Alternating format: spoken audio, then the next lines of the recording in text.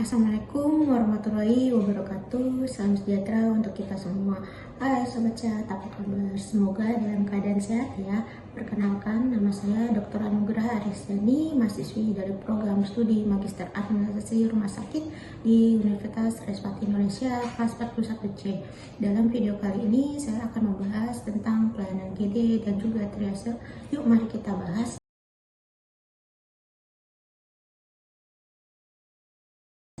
Apa itu IGD? IGD atau yang disebut dengan singkatan instalasi gawat darurat itu merupakan layanan medis yang disediakan untuk pasien dengan kondisi gawat darurat yang membutuhkan penanganan segera.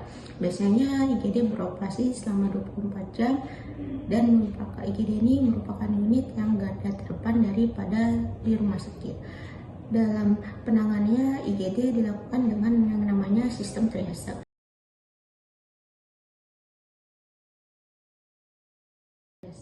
Apa itu triase? Triase adalah sistem pengelompokan atau pemilihan pasien sesuai tingkat kegawat daruratan sesuai dengan kondisi pasien saat itu.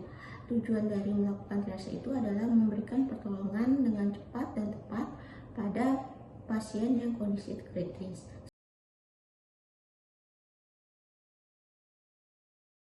Siapa yang berhak melakukan triase? Yang berhak melakukan triase yang pertama itu adalah dokter umum yang memiliki sertifikat ACLS, ATLS, dan sertifikat triase. Yang kedua itu adalah perawat yang memiliki sertifikat PTTLS, BCLS, dan sertifikat triase.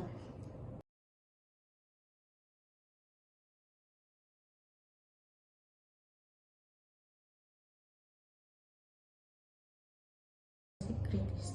Triase dibagi menjadi 4 kategori. Yang pertama itu triase merah, yang kedua itu triase kuning, yang ketiga itu triase hijau, dan yang keempat itu triase hitam.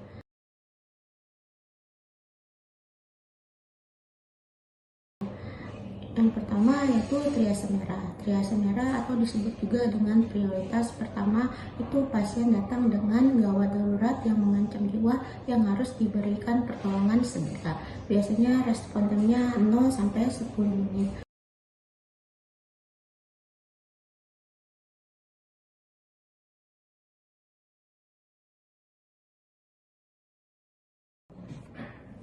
Yang kedua itu triase kuning atau yang disebut dengan prioritas kedua, yaitu pasien yang gawat tapi tidak darurat, di mana kondisi medis yang serius tapi tidak memerlukan tindakan segera.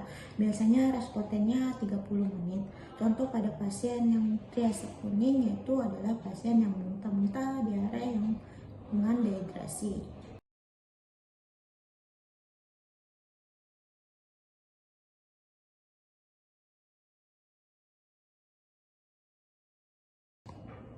Yang ketiga itu triase hijau atau yang disebut dengan prioritas ketiga, pasien tidak gawat dan juga tidak darurat. Ini pasien datang dengan kondisi yang tidak mengancam nyawa dan juga tidak memerlukan tindakan segera. Biasanya pasien yang dengan kriteria triase hijau itu ada dengan pasien yang luka lecet, demam biasa, dan juga batuk-batuk pilek.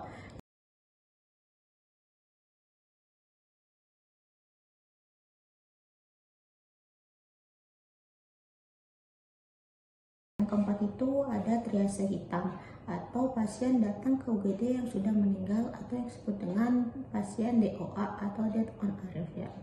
Jadi kondisi